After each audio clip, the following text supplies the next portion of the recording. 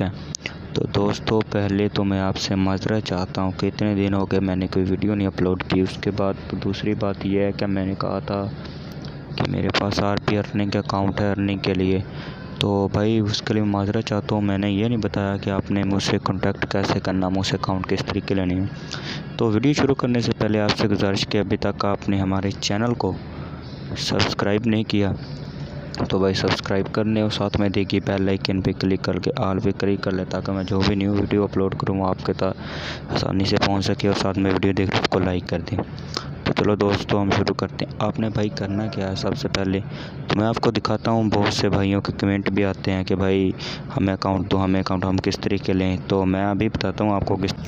तो ये भाई आप देख सकते हैं कि बहुत से दोस्त हैं जो कह रहे हैं हमें अकाउंट चाहिए, हमें अकाउंट चाहिए। तो भाई आपको मैं ना नंबर ऊपर स्क्रीन पे भी शो हो रहा होगा आपको, ठीक है।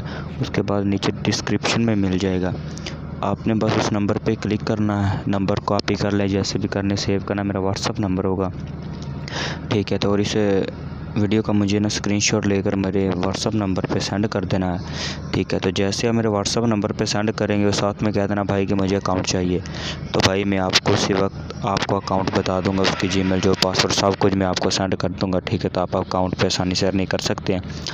अगर आपने वीडियो नहीं देखी कि वो कौन सा अकाउंट है आरबी अर्निंग का, तो नीचे डिस्क्रिप्शन में लिंक मिल जाएगा, उस पर देख सकते हैं आप, ठीक है।